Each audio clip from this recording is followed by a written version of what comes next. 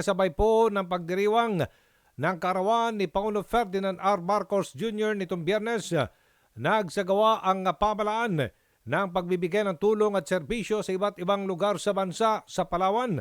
Inihatid yan ni House Deputy Majority Leader at ACT-CIS Party List Congressman Erwin Tulfo sa higit 1,200 na mga residente sa 3 bayan sa lalawigan. Narito ang report.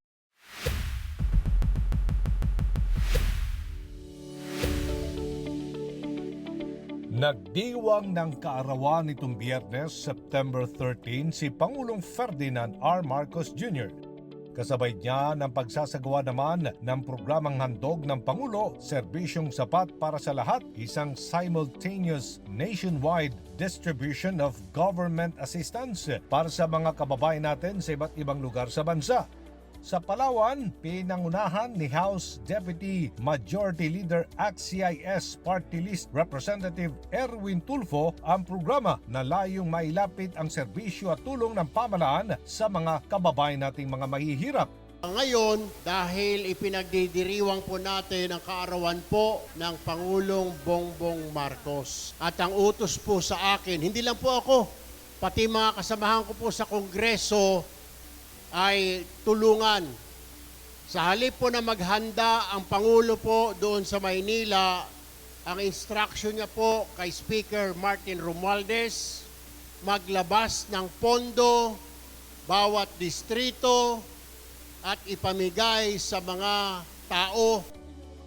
Ginanap ang pamimigay ng ayuda sa mga bayan ng Nara, Quezon at Sofronio, Española na napiling makatanggap ng cash assistance sa Kapos ang Kita Program o AKAP ng Department of Social Welfare and Development o DSWD.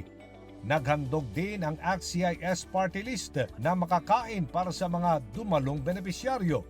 Isa sa nabahagian ng tulong si Tatay Sofino Masay ng Bayan ng Quezon na labis na natuwa lalo't ngayon lang daw siya nakaranas na makatanggap ng ayuda mula sa pamahalaan.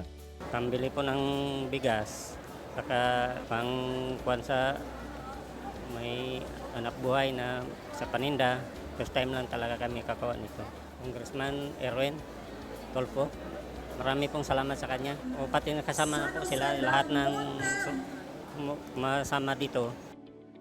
Ang ginang na si Noemi Sani na nakatira sa may bundukan, nagpasalamat din sa paglapit ng tulong at serbisyo ng pamahalaan sa kanilang bayan.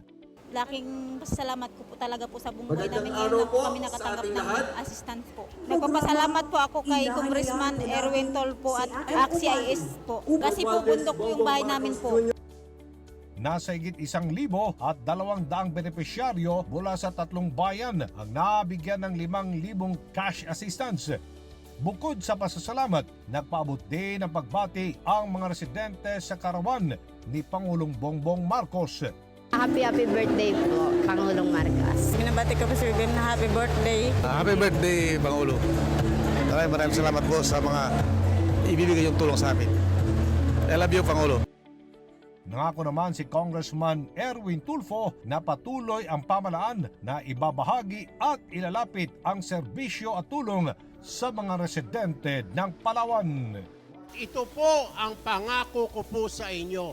Habang nandito po ako, habang nandito ang gobyerno na ito, meron po kayong matatanggap na ayuda mula po sa pamahalaan. Palakpakan po natin ang pamahalaan.